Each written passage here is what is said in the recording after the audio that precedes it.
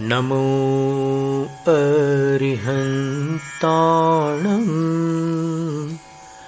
नमो सिद्धाणं नमो आयर्याणं नमो उवज्झायाणं नमो लोय संसारणम्।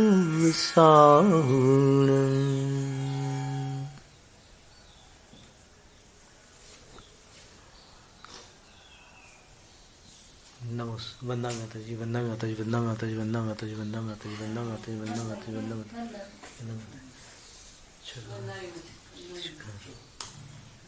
और क्षुल्लक महाराज जी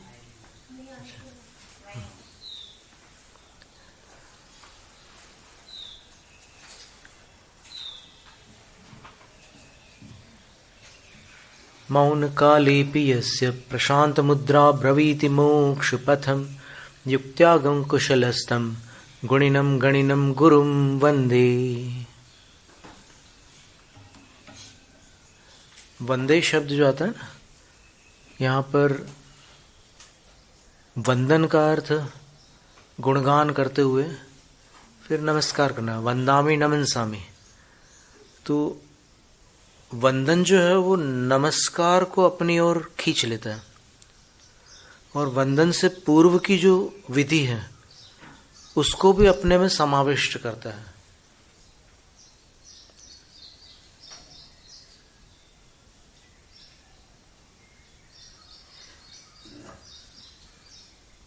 धवल ग्रंथ में और तिलोई पंडित आदि अनेक ग्रंथों में एक पद से उसके आगे पीछे वाले अभिप्राय को ग्रहण करने की एक विधा प्रतिपादित है। तो अपन ने जैसे वंदन किया, तो वंदन करने के साथ अपन नमन भी करेंगे, और वंदन करने से पूर्व अपन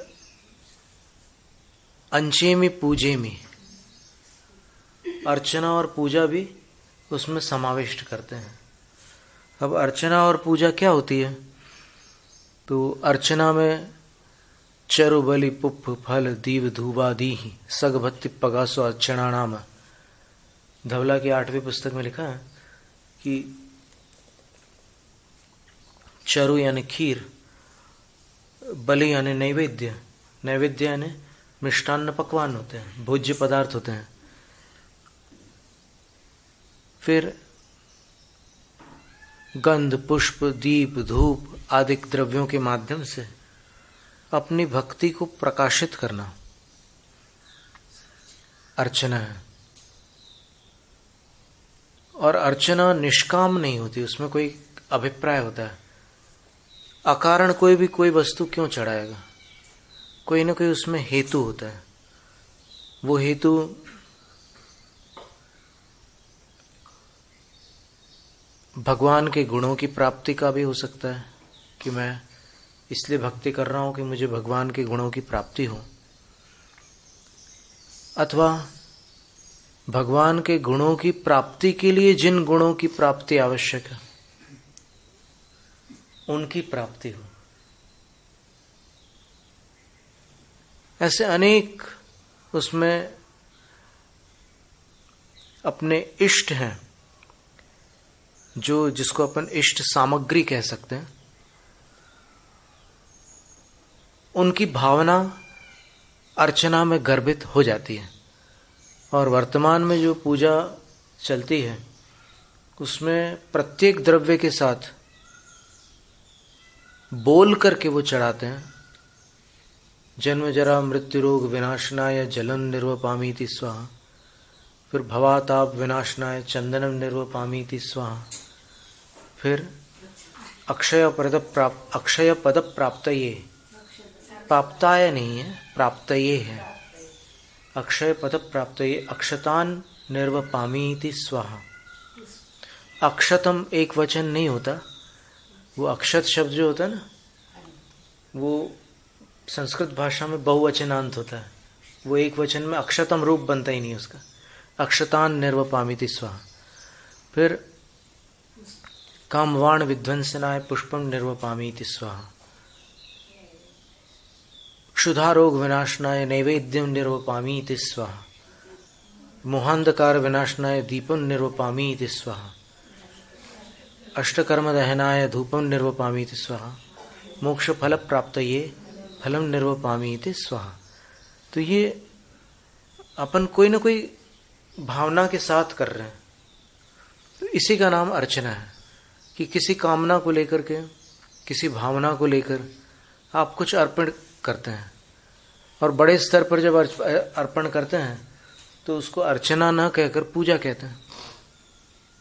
धवला की 8वीं पुस्तक में अर्चना और पूजा में इतना ही अंतर बतला है कि अर्चना जो है वो नित्य प्रति जो अपन करते हैं वो अर्चना कहलाती। और जब कोई बड़ा उत्सव होता है, सिद्ध चक्र विधान कर लिया, इंद्रध्वज विधान कर लिया, कल्पद्रुम विधान कर लिया, तो ऐसे बड़े बड़े विधानों में जो नामकरण होता है उसका पूजा नाम कर दिया। एदा ही सह, इन्हीं द्रव्यों के साथ बड़े स्तर पर पूजा होती है। मांडना वगैरह बना करके धूमधाम से करते हैं। जैसे इंद्राणी जब भगवान की पूजा करती है समोसरण में, तो वो रत्नों के चूर्ण से मांडना बनाती है। यहाँ पर तो गुलाल और फिर दूसरे रंगों से बनते हैं मांडना। आज जो उपलब्ध सामग्री उससे बनते हैं। मार्बल का पाउडर भी होता है और भी कई चीज़ें होती है। वो पीले रंग का अगर कोई भाग उनको बनाना होगा उसमें बीच में, तो वो पीली आकृति को पुष्पराग मणि के चूर्ण से बनाएगी। नीली आकृति को इंद्रनील मणि के चूर्ण से बनाएंगी। और इसी तरह कोई एकदम स्वच्छ कोई बनाना हो तो फिर स्फटिक और हीरे के चूर्ण से बनाएगी। तो ऐसे रत्नों के चूर्ण से वो मांडना बनाती है इंद्राणी, और इसको चूर्ण पूजा कहते हैं। चूर्णाभिषेक अलग है, ये चूर्ण पूजा है। अब ये मांडना जो बनाई जा रही है, बनाया जा रहा है मांडना, इसमें दिव्य ही चुनने ही लिखा है। उसमें क्या लिखा है? चैत्य भक्ति प्रतिदिन सब लोग पढ़ते हैं, दिव्येण चुनने लिखा है ना। और फिर नंदीश्वर भक्ति में दिव्य ही चुनने ही बहुवचन में लिखा है। तो ये दिव्य का अर्थ मनोहर होता है, दिव्य का अर्थ देवोपनीत नहीं होता, क्योंकि वो देवलोग ही कर रहे हैं। अब देवलोगों के बारे में आप ये कहो कि देवोपनीत द्रव्यों से देवलोग पूजा कर रहे हैं, तो बहुत उटपटांग लगेगा, साहित्य की दृष्टि से मूर्खता मानी जाएगी। देवलोग कर रहे हैं तो फिर देवोपनीत ही तो करेंगे वो। इसलिए दिव्य शब्द का अर्थ वहां देवोपनीत न होकर के दिव्य शब्द का अर्थ है मनोहर, मनमोहक। हरिवंश पुराण के 90वें सर्ग में लिखा है कि आदिनाथ भगवान ने 83 लाख पूर्व तक दिव्य देवोपनीत सुखों को भोगा। अब दिव्य भी लिखा है और देवोपनीत भी लिखा है, क्या अर्थ हुआ? यही अर्थ हुआ कि दिव्य का अर्थ देवोपनीत नहीं है, देवोपनीत शब्द अलग से लिखा हुआ है, दिव्य का अर्थ मनोहर है। तो दिव्य ही चुनने ही, इस शब्द का अर्थ है वो मांडना बनाने वाले दिव्य यानी मनमोहक चूर्णों से वो पूजा करते हैं। वो भी पूजा में सम्मिलित है नैगम नैसर, क्योंकि मांडना बनाकर ही तो आप द्रव्य चढ़ाओगे उस पर, तो वो एक भूमिका होगी। तो इस तरह ये सारे के सारे द्रव्य हैं अलग अलग प्रकार के। और जब बड़ी बड़ी पूजाएं होती है तो मांडना नियम से बनाया जाता है। कई लोग अष्टमी और चतुर्दशी को भी ऐसी थाली में कुछ केसर से वो मांडना बना करके उसमें चढ़ा करके अपनी भक्ति कर लेते हैं। बड़ी अच्छी बात है। तो ये अर्चना, पूजा, वंदना, नमस्कार, ये जब भी अपन जिनाराधना करते हैं, जब भी अपन परमेश्वरियों की भक्ति करते हैं, तब ये सभी क्रियाएं उसमें समन्वित होती है। कभी किसी के पास द्रव्य नहीं होते तो फिर वो अपनी भावनाओं से वैसा कर लेता है। अब किसी के पास नहीं होते इसका अर्थ ये नहीं है कि जिनके पास द्रव्यों को जुटाने की पात्रता है वो भी बहाने करके बोले कि मेरे पास नहीं है। उनकी बात नहीं चल रही है यहाँ पर। जैसे साधु हैं, अब साधु के पास हमेशा द्रव्य नहीं होते। जब कोई श्रावक ला कर थाली रख देता है और निवेदन करता है कि महाराज जी आप भी इसमें हाथ लगा लेना, तब फिर अच्छी बात है, उस समय वो सुविधा है उनके पास, तो फिर वो वैसा कर सकते हैं, उसमें कोई भी आपत्ति नहीं है। पर जब नहीं है कोई, तब फिर अपने भक्ति से, अपने भावनाओं से कर लेते हैं। पर दोनों का प्रावधान है। 5 स्थानों पर अभी अपने सामने ऐसे 5 प्रकरण आ रहे हैं जहां पर साधु भी द्रव्यों से पूजा कर सकते हैं, इसका उल्लेख है। और उन 5 स्थानों में सबसे पहले तो मूलाचार ग्रंथ की 24वीं गाथा है।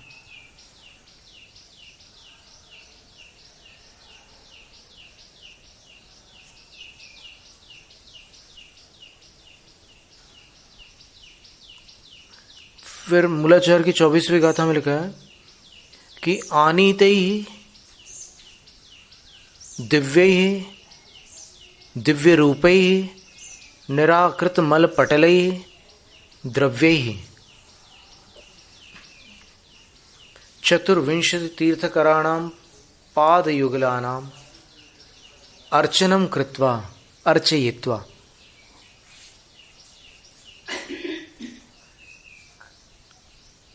मूल गाथा में अच्छितूण लिखा है।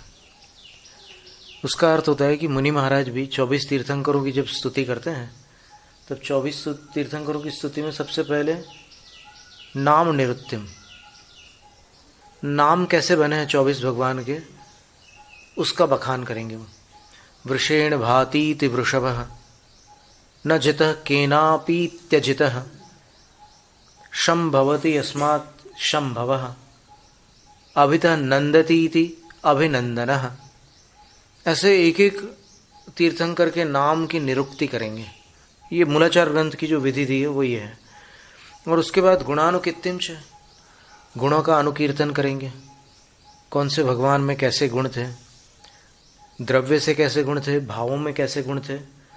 भाव में तो सारों तीर्थंकर अनंत चतुष्टय के धनी होते हैं, और द्रव्य से उनकी शरीर की अवगाहना, शरीर का वर्ण आदि आदि में अंतर हो सकता है।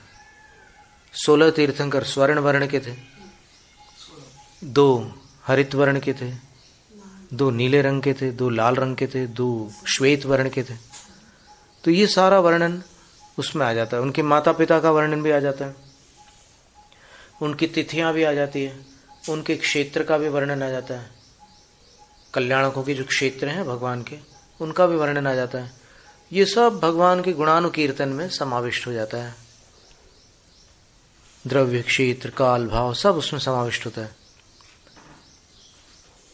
ये गुणानुकीर्तन हो गया।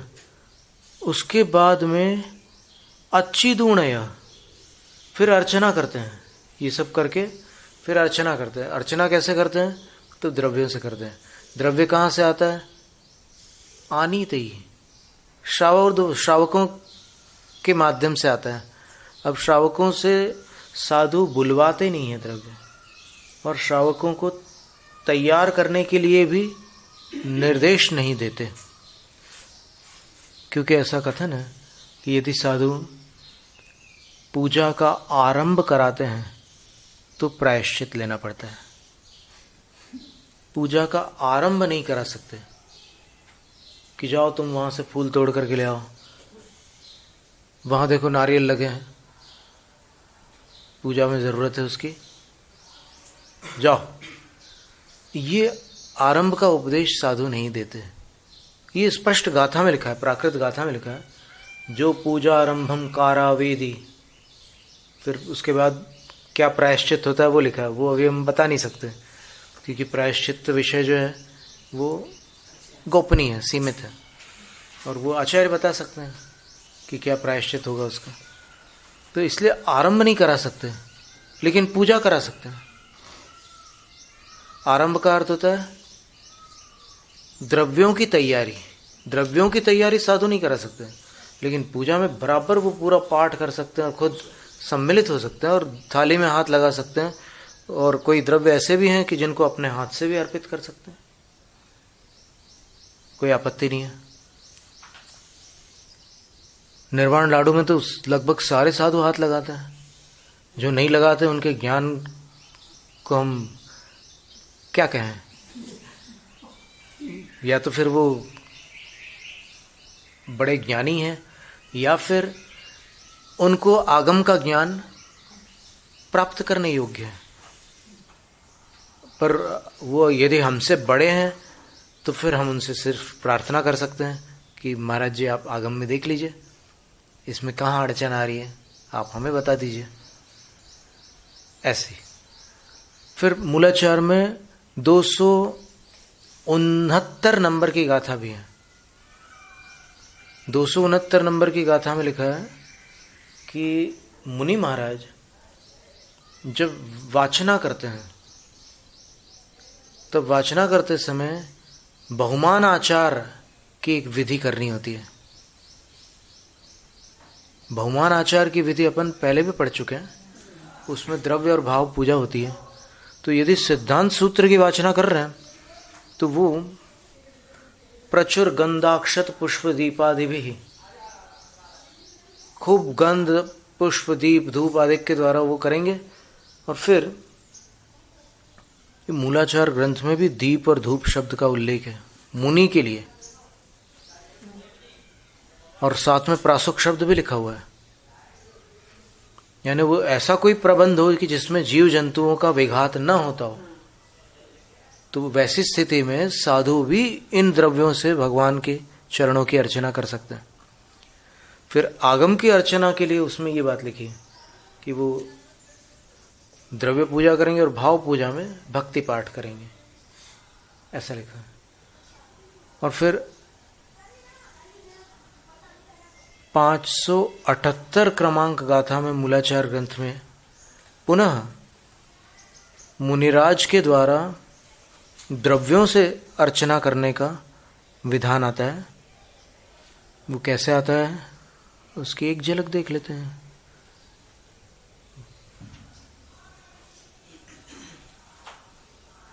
ये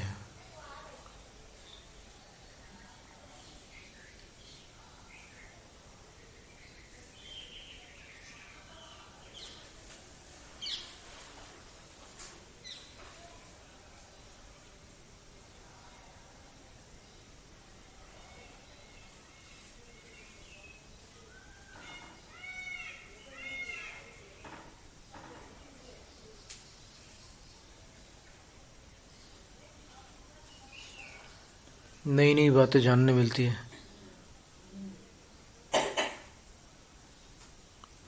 वहां पर लिखा कि वंदना आवश्यक के अंतर्गत साधुओं को 4 क्रियाएं करनी होती है।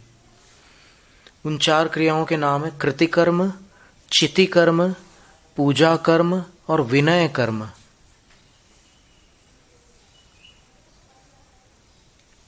तो कृतिकर्म में लिखा है वो कितने आवर्त करना, कितने बार बैठ करके नमस्कार करना, कितने बार प्रणाम करना, वो सब कृतिकर्म में है। फिर चिति कर्म में पुण्य संचय करने की जो भी विधियां हैं वो आती है। और पूजा कर्म में लिखा है पूज्यन्ते अर्च्यन्ते अर्हदादयो येन तत्पूजा कर्म। जिस क्रिया द्वारा अर्हत आदि परमेष्ठी और जिनागम पूजे जाते हैं, अर्चित किए जाते हैं, और बहुवचन उच्चारणम, उनके प्रति बहुवचन का उच्चारण किया जाता है, और स्रक चंदन आदिकम, मालाएं अर्पित की जाती है और चंदन लेपन आदि किया जाता है। ये पूजा कर्म मुनि के वंदना नामक आवश्यक के अंतर्गत प्ररूपित है। 28 मूल गुणों में बताया गया है। अब ये भी क्या है कि मुनि के लिए पराधीनता रहती है, तो यदि श्रावक ऐसे प्रासुक पदार्थ ला करके देगा तभी मुनिराज इस प्रकार की प्रवृत्ति कर सकते हैं। स्रक चंदन आदिगम स्वाफ लिखा हुआ है, माला आदि। और ऐसा ही मूलाचार प्रदीप में भी लिखा हुआ है। ये देखिए,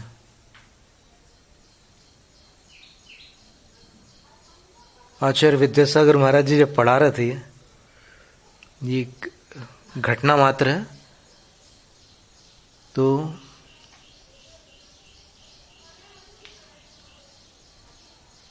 ऐसा सुनते हैं कि वहां उस स्वाध्याय में 4 मुनियों ने पूछा आचार्य से कि आचार्य यहां तो ऐसा लिखा है, यहां तो ऐसा लिखा है, यहां तो ऐसा लिखा है, फिर इसका निषेध क्यों किया जाता है? संघ के कुछ और लोग हैं जो विरोधी हैं इसके, निषेध क्यों किया जाता है? तो आचार्य ने उत्तर दिया, जब 4 लोगों ने पूछा उसके बाद उन्होंने उत्तर दिया, जो निषेध करते हैं उनसे पूछो।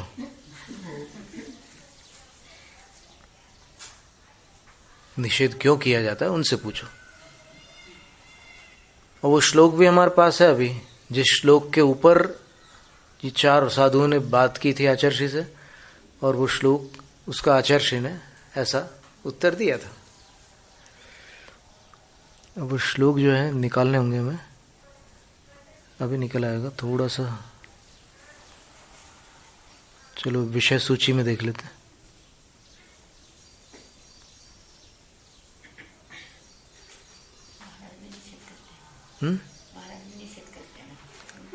आचार्य ने इन चीजों का निषेध नहीं किया है, द्रव्यों के विषय में कोई उनका विकल्प नहीं है ऐसा।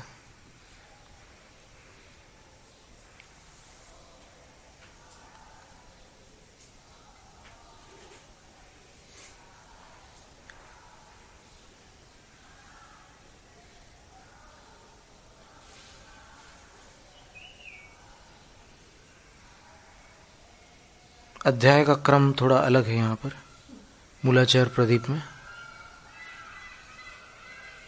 ये आ गया।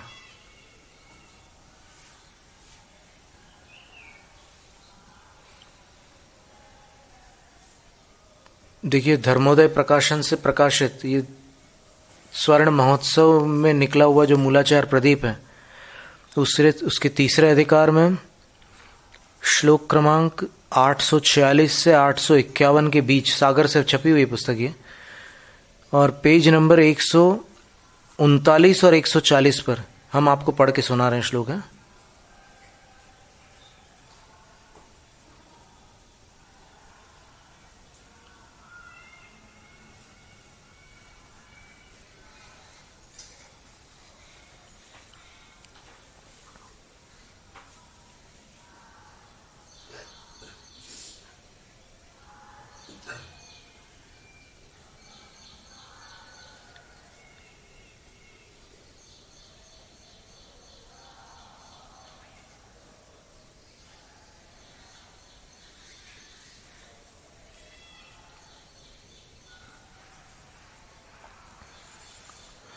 पूज्यन्ते येन सर्वेत्र पूज्यन्ते येन सर्वेत्रार्हदाद्याः परमेष्ठिनः विश्वाभ्युदय कर्तारस तत्पूजा कर्म कथ्यते। यहाँ सामान्य कथन है, यहाँ द्रव्यों के नाम नहीं है, द्रव्यों के नाम किसी अन्य स्थान पर है। मूलाचार में इस पूजा कर्म का वर्णन करते समय उन्होंने स्रक चंदन आदि द्रव्यों के नाम दिए हैं। मूलाचार प्रदीप में अन्यत्र दिए हैं, जहाँ पर उन मुनियों ने प्रश्न किया था वो हमें ढूंढ कर निकालना होगा और निकाल लेंगे। अभी तो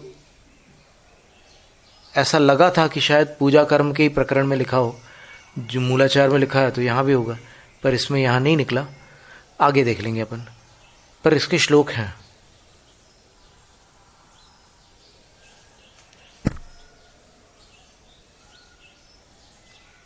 तो आचार्य परमेष्ठी के विषय में अपन चर्चा कर रहे थे। तो मूलाचार ग्रंथ में 24वें काव्य में, 269वें काव्य में और 578वें काव्य में द्रव्यों द्वारा मुनि महाराज भी अर्चना कर सकते हैं, ऐसा कथन है।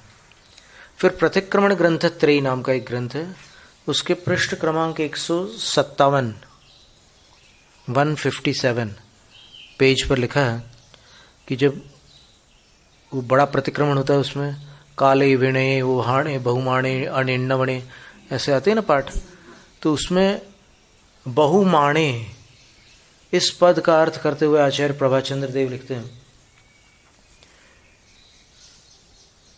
मानो द्रव्य भाव पूजा।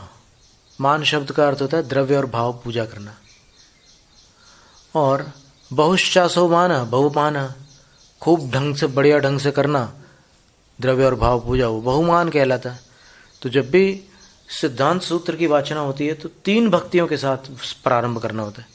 बाकी शास्त्रों की स्वाध्याय वाचना में 2 ही भक्तियां होती है। कौन सी 2? श्रुत भक्ति और आचार्य भक्ति। लेकिन वहां पर सिद्ध भक्ति, श्रुत भक्ति और आचार्य भक्ति करके स्वाध्याय प्रारंभ करते हैं सिद्धांत सूत्र की, और खूब द्रव्य वगैरह चढ़ा करके उसकी विधि करते हैं प्रारंभ। उसका नाम बहुमान आचार्य, वो मुनि महाराज भी करते हैं। तो इसमें अगर कुछ कमी की हो तस्मिच्छामि दुक्कड़म, ऐसा रहता है। प्रतिक्रमण में ये होता है कि इन 8 ज्ञानाचारों में अगर मैंने कुछ चूक की हो तस्मिच्छामि दुक्कड़म, वह मेरा दुष्कृत मिथ्या हो। फिर तिलोय पंडित की गाथा 873 में यतिवृषभ आचार्य महाराज ने लिखा है कि 20,000 सीढ़ियों पर आरूढ़ होकर जब समोसरण में 12 गण भगवान के निकट आते हैं तो उनके दर्शन करने के लिए आते हैं, उनकी पूजा करने के लिए भी आते हैं, और उनके प्रातिहार्यों आदि को देखने के लिए भी आते हैं, और उनकी दिव्य ध्वनि सुनने के लिए भी आते हैं, सभी आते हैं। तो वो 12 गण जब अंदर आते हैं तो देवलोग तो ऊपर से आ जाते हैं, बाकी जिनको सीढ़ियाँ चढ़ना है वो सीढ़ियों से आते हैं। पक्षियों को भी ऊपर से उड़ करके पहुँचने की सहूलियत है, उनके पास पंख है तो वो उड़ करके जा सकते हैं। जो उतनी ऊंचाई तक उड़ सके वो चले जाते हैं। 5,000 धनुष ऊपर रहते हैं भगवान। तो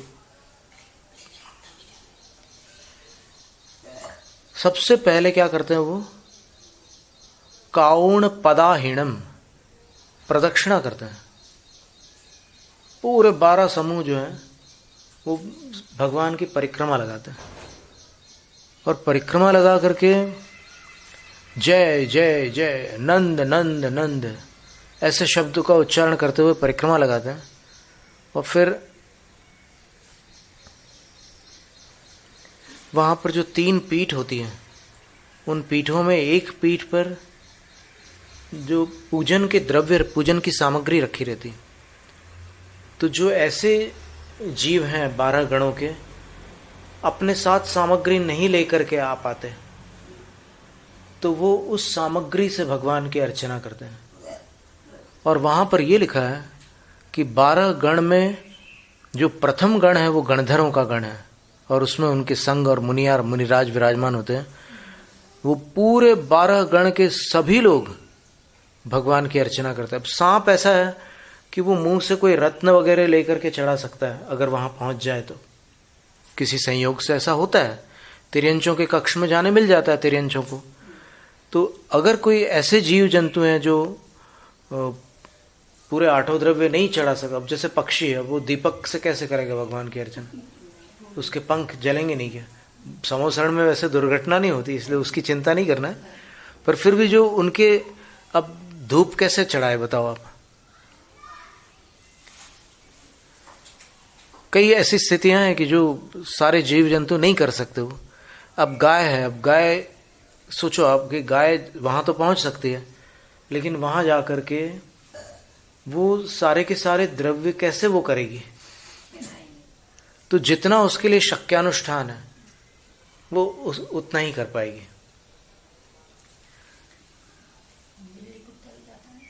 जो भी प्राणी है वो सम्यक दृष्टि जीव जा सकते हैं अंदर, इतना नियम है उसमें। सम्यक दृष्टि जीव जा सकते हैं। अब उसमें आप देख लीजिए, मुख्य उसमें सम्यक दृष्टि जीव। मेंढक तो गया ही था, भले रास्ते में कुछ हो गया, लेकिन मेंढक जा सकता है ये बात तो स्पष्ट हो गई। मछलियां नहीं जा सकती क्योंकि जलचरों के लिए वहां पर कोई व्यवस्था नहीं है। अब वहां तक पानी कैसे भरा जाएगा 5,000 धनुष तक? या फिर वहां अंदर कोई ऐसा स्थान बनाया जाए तिर्यंचों के कक्ष, जिसमें जलचरों के लिए अलग, स्थलचरों के लिए अलग, नभश्चरों के लिए अलग व्यवस्था हो। देखना पड़ेगा, जलचरों के बारे में बड़े साधु और विद्वानों से प्रश्न करना होगा कि वहाँ कैसे क्या व्यवस्था होती है। बीजापुर के नजदीक जो चतुर्थ काल का मंदिर मिला है ना, हाँ। तो वहाँ पंचमी के 5 दिन होते हैं ना, प्रथम दिन पंचमी, हम खुद देख रहे चमत्कार। हाँ जी। तो 5 दिन नाग, छिपकली और एक प्राणी, 3 प्राणी ना मंदिर जो निकले ना चतुर्थ काल का, उससे आधा किलोमीटर पर वहाँ जैसे सब मोटे मोटे जगह रहते हैं ना, पत्थर, तो वहाँ वो 3 जीव एक साथ खेलते हैं। ऐसा होता है। ये आरवी नाम की एक जगह है अमरावती के पास, वहाँ पर भी बिल्ली, तोता और कुत्ते एक साथ हिल मिल करके रहते हैं। ये तो बड़ी अच्छी बात है, बहुत अच्छी बात है। तो तिरंचों में भी ऐसी भावनाएं रहती है। कुत्ते को प्रदक्षिणा लगाते हुए हमने देखा है। और मुक्तागिरी में जो त्रिमूर्ति है, 44 नंबर का जो मंदिर है, 3 है, शांति कुंतु हरनाथ भगवान है या कोई है, तो वहाँ पर एक बार एक बंदर आया और उस बंदर ने 2 बाजू वाली प्रतिमा के चरणों पर पैर रखा, दोनों हाथ रखे, दोनों चरणों पर, दोनों पैरों पर अपने हाथ रखे और अपना सिर बीच वाली मूर्ति पर रखा, बंदर ने, काले मुंह वाले बंदर ने, और वहीं उसका प्राणांत हो गया। ये सत्य घटना वहाँ के सुनील पुजारी जी ने हमें बताई थी घटना कि ऐसा हो चुका है। और गंगाधर राव नाम के और पुजारी थे उनके पिताजी, वो भी कई घटनाएं सुनाते थे ऐसी। शेर भी वहाँ पर आते हैं कभी कभी 26 नंबर में ऐसे, वो कुछ अपनी जो भी भक्ति करना, उनको जो करना, किसी ने देखी नहीं है, पर आते हुए तो पता है सबको कि वो जब आता है तो वहाँ पूरा मैदान खाली हो जाता है। अच्छे 3 बड़े बड़े शेर रहते हैं वहाँ मुक्तागिरी में। उनकी गुफा भी है वहाँ, परिक्रमा में नीचे की तरफ पहाड़ के ऐसे उनकी गुफाएं हैं। और वो वैसे किसी प्राणी को नहीं छेड़ते हैं, जब सिर्फ भूख लगती है तब वो शिकार करते हैं, और बाकी कभी कुछ किसी को नहीं करते हैं। और अगर किसी ने छेड़ा तो फिर वो छोड़ते नहीं है, ऐसे भी हैं वो तो राजा है। शेर यानी वो पट्टे वाले शेर है, टाइगर है वो, उसको वो लोग बिपटिया क्या मराठी में बोलते हैं ना, मराठी में कुछ नाम वाघ बोलते हैं, संस्कृत में व्याघ्र होता है। तो ये 12 गण भगवान की पूजा करके ही अपने असंख्यात गुण श्रेणी कर्म निर्जरा करके वो सारे के सारे अंदर आकर भगवान के पास अपनी अपनी सभाओं में बैठकर फिर धर्मोपदेश सुनते हैं। स्तुति अपने कोठे से बाहर भगवान की परिक्रमा लगाने के बाद अर्चना और स्तुति बाहर कर लेते हैं, और फिर अपने कक्ष में जाकर के बैठ करके भगवान की दिव्य ध्वनि सुनते हैं। तो ऐसे 5 स्थानों पर मुनिराज भी भगवान की द्रव्यों से भक्ति कर सकते हैं, ऐसा कथन आता है।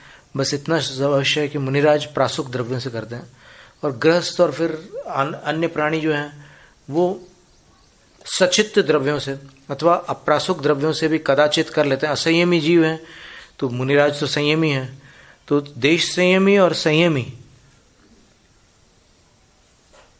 इनका क्रम अलग रहेगा, और उनमें भी जो व्रती और संयत, इनमें भी अंतर है। संयमी अलग होते हैं और व्रती अलग होते हैं। तो जो संयमी है वो इन सब बातों का विशेष ध्यान रखेंगे। सामान्य व्रती है वो अपने ढंग से करेंगे, और जो अविरत है उनके लिए तो कोई बात ही नहीं है, वो तो एकदम ताजे तोड़े हुए पुष्प और फलों से भी भगवान की भक्ति कर लेते हैं।